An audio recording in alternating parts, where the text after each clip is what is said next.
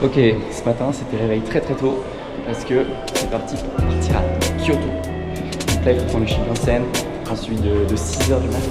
Donc à la gare de Tokyo, les trains à grande vitesse qui foncent à Kyoto. Donc on en a pour à peu près 2 heures, un peu plus de 2 heures, donc pour faire, je sais plus, je crois que c'est 500 km, un peu plus. Donc ça va être pour moi assez exceptionnel je pense, puisque Kyoto c'est une ville très riche aussi du Japon, donc c'est une capitale. Et ça va être vraiment sympa. Le but c'est donc sur 2 jours de dormir là-bas. Aujourd'hui je pense que ça va être découverte de la ville.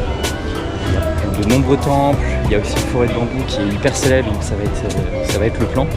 Et après demain c'est l'objectif d'aller à Nara. Nara aussi, ville très riche d'histoire, très ancienne aussi du Japon.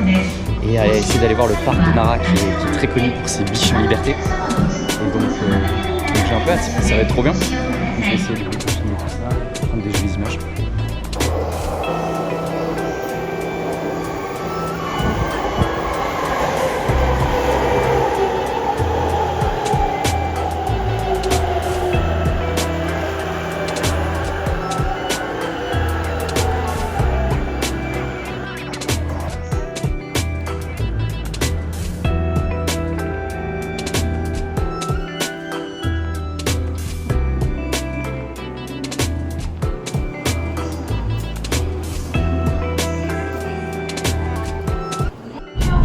Donc là j'en arrive dans le Shinkansen, le train il est exceptionnel, encore beaucoup de place, il est à rangée de 3 et rangée de 2 et ouais il est super beau, je comprends pourquoi il est aussi célèbre. Donc là ça part pour 2 heures, un peu plus de 2 heures de trajet jusqu'à Kyoto et ça va être très sympa. Et plus il fait très beau, on va sûrement voir le mont Fuji. Malheureusement on est du mauvais côté du train, mais justement on peut voir le mont Fuji de l'autre côté normalement. Donc on croise les doigts et ça va être très cool je pense, j'ai un peu hâte.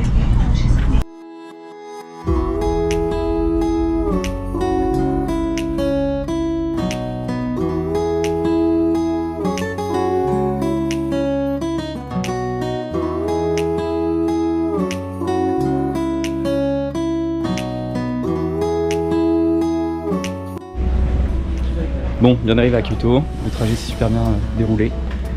La première étape de l'itinéraire, c'est la forêt de bambou, donc à l'ouest de Kyoto. C'est une forêt c'est un chemin en fait qui a 300-400 mètres de long et il est entouré en fait de bambous qui ont été plantés en fait il y a 800 ans.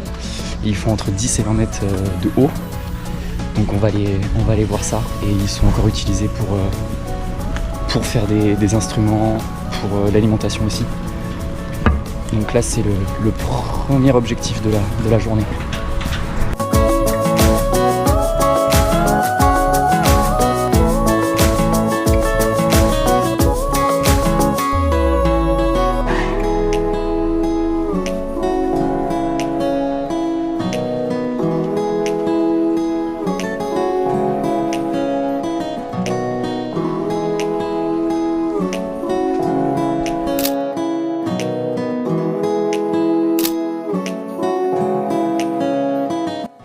Donc là j'arrive dans la partie la plus célèbre de la forêt de bambou où justement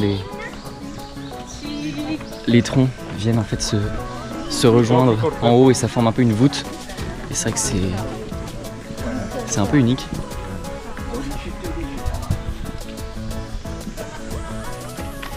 C'est peu commun quand même. Ils font largement plus de 10 mètres.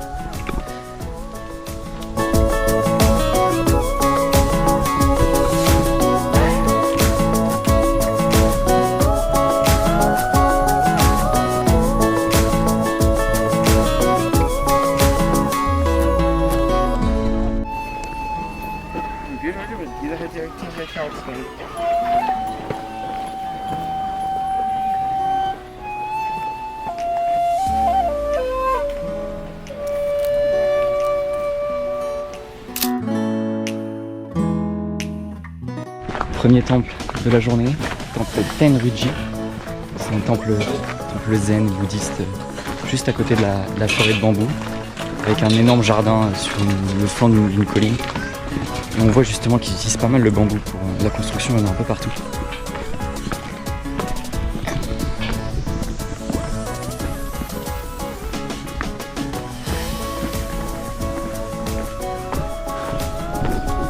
il est particulièrement grand. Je pense que c'est un des plus spacieux que j'ai vu depuis le début. C'est vrai que le jardin, il y a même un petit étang. C'est assez joli. Vraiment en flanc de montagne comme ça. En effet, c'est très zen.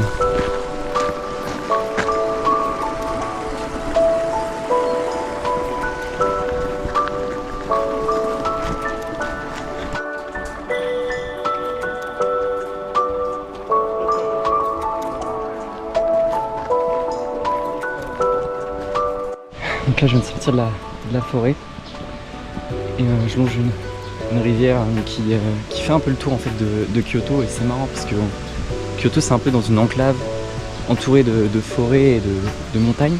Ça change vraiment de Tokyo et on sent que c'est beaucoup plus ancien et que ça a beaucoup moins été modernisé que Tokyo. C'est vrai que ça change de Tokyo en tout cas.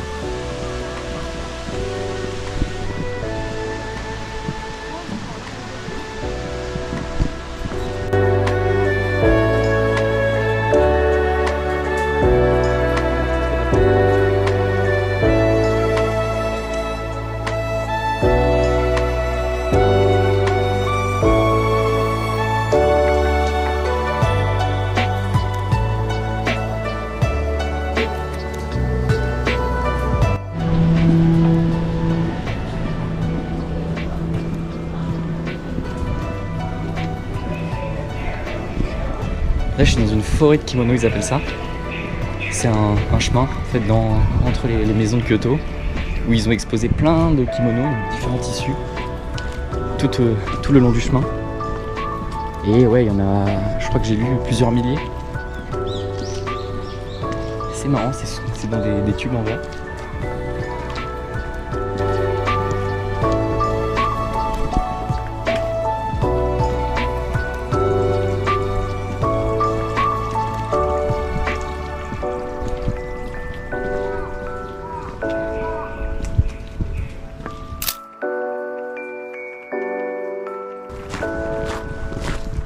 Là je viens d'arriver dans le temple Zenjin, ils appellent ça.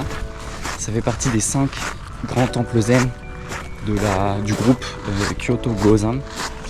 Donc ça fait partie des 5 plus gros temples de la ville. Et c'est vrai qu'il est assez grand, il y a plusieurs pagodes un peu réparties dans tout le jardin.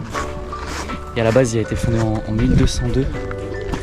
Et il a été reconstruit plusieurs fois à cause de guerres et de destructions successives. Mais c'est vrai qu'il y a beaucoup de jardins également.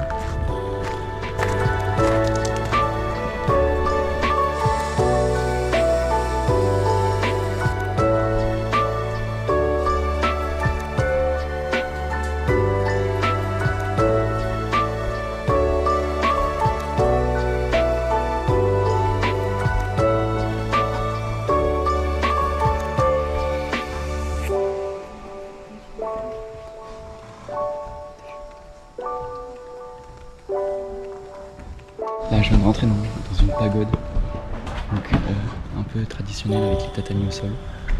Et ce qui est un peu connu avec cet endroit, c'est en fait il y a une fresque sur tout le plafond. Ça fait genre 15 mètres par 11 avec deux dragons.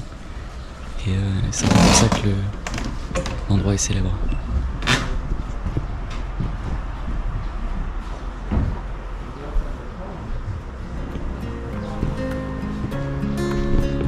Et un jardin zen tout autour.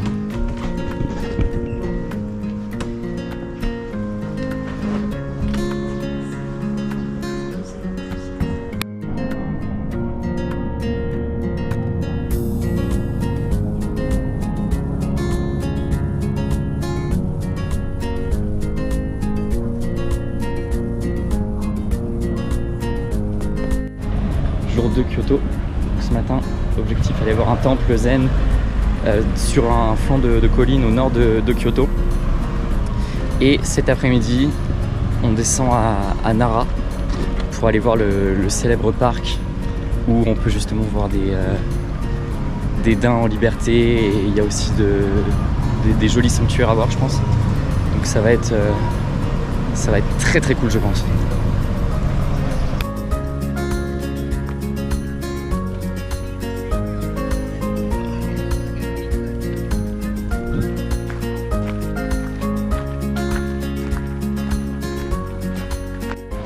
Là, je viens d'arriver au Kinkakuji Temple, qui est un temple recouvert d'or, de feuilles d'or, qui est super connu à Kyoto. Et il est juste en face. On peut le voir juste au bout. Et dans un beau parc, c'est un temple zen également. Et il date d'il y a 700 ans environ. En plus, il fait super bon, on a beaucoup de chance.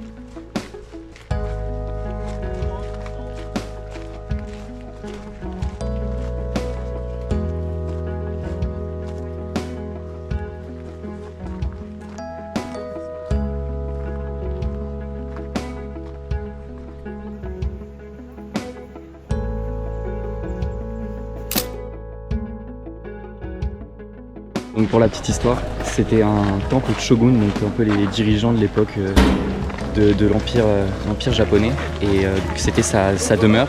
Et après sa mort, en fait, c'est devenu un véritable temple où il y avait des processions vraiment en rapport avec le mouvement zen. Aujourd'hui, bon, c'est plus devenu il n'y a plus vraiment d'activité religieuse dedans, c'est plus devenu vraiment un lieu touristique très très connu. Je crois qu'il fait partie du patrimoine mondial de l'UNESCO. Et ouais, même tous les jardins aussi autour ça fait vraiment partie des plus beaux jardins que j'ai vus.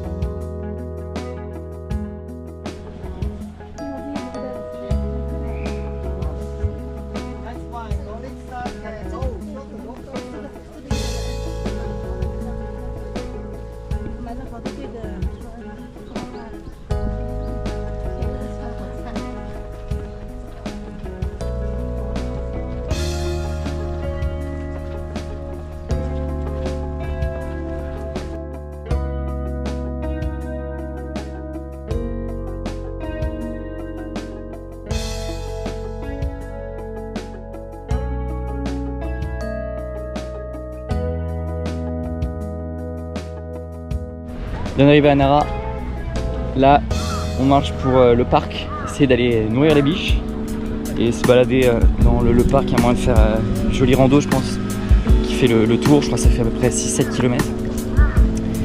Et voilà quoi, ça va être marrant.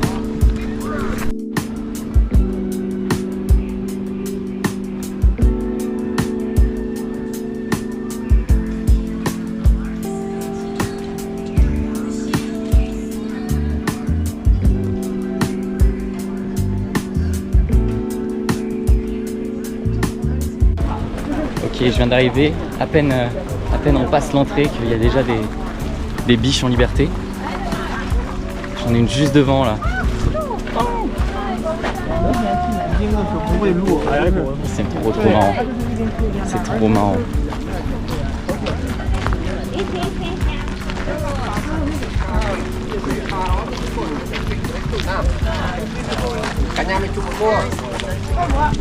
Ils ont pas peur en tout cas. Elles ont pas peur. Elles se laissent caresser.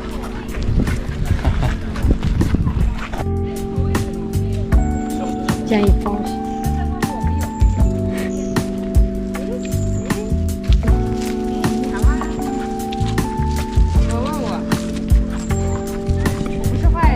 Si on s'incline devant elles, elles s'inclinent aussi en retour. C'est trop marrant.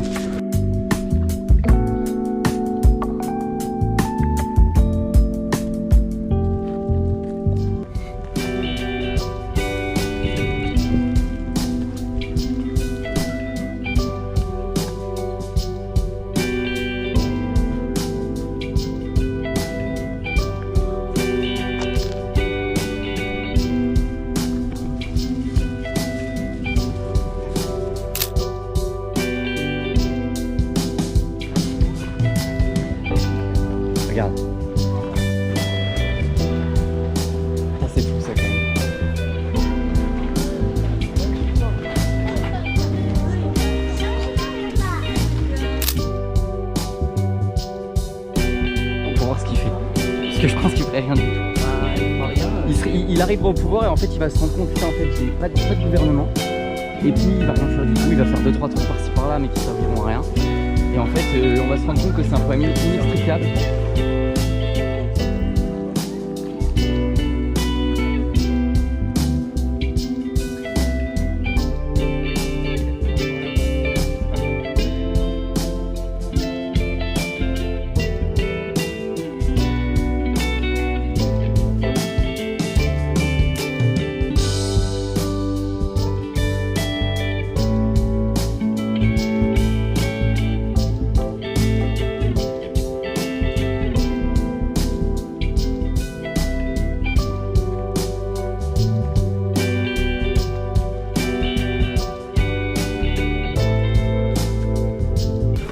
Ça c'est un sanctuaire shintoïste et j'ai l'impression que ça cohabite un peu dans le parc les sanctuaires bouddhistes et shintoïstes. Et là justement on va redescendre un peu la montagne parce qu'on est pas mal monté.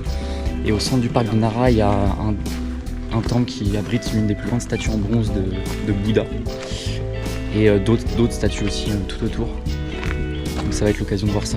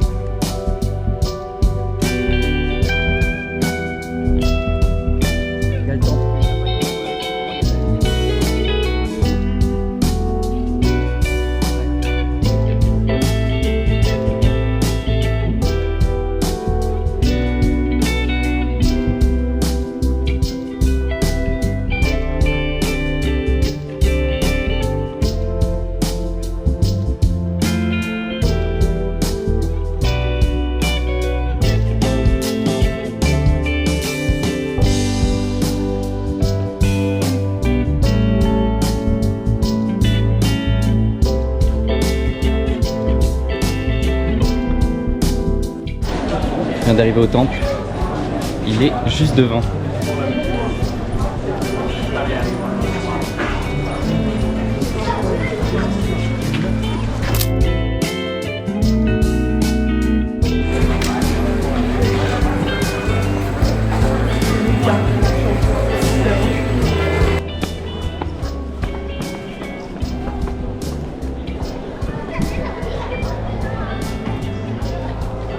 Ok, la statue est juste devant.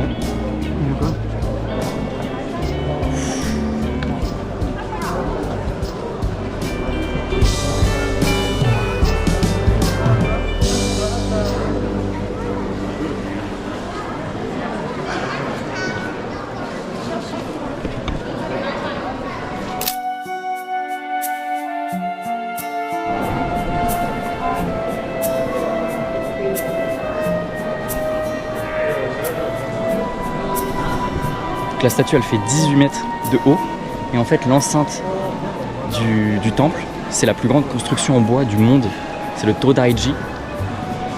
Donc il recouvre toutes les statues parce qu'il y a le grand Bouddha et il y en a de chaque côté en fait 2 autres statues et il y en a en bois ou en roche autour aussi comme là. Alors le parc c'était super cool, franchement très très bonne expérience. Maintenant on part pour la dernière étape, donc on va s'arrêter à la gare d'Inari et il y a un dernier sanctuaire qui est super célèbre où justement il y a un chemin avec 1000 torii qui s'enchaînent, donc on va essayer d'aller voir ça. Dernière étape du périple à Kyoto, le sanctuaire de Fujiyama et ses 1000 torii.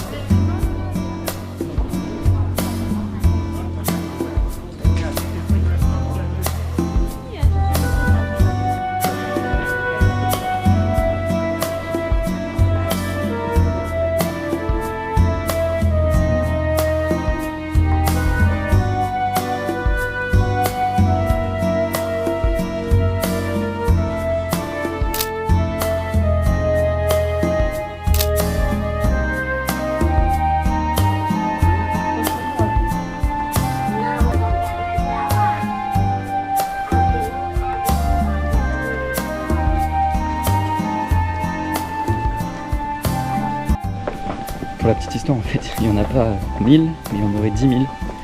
Et chaque tori correspond à une offrande d'une entreprise, d'un particulier, pour la prospérité de sa vie ou de son activité.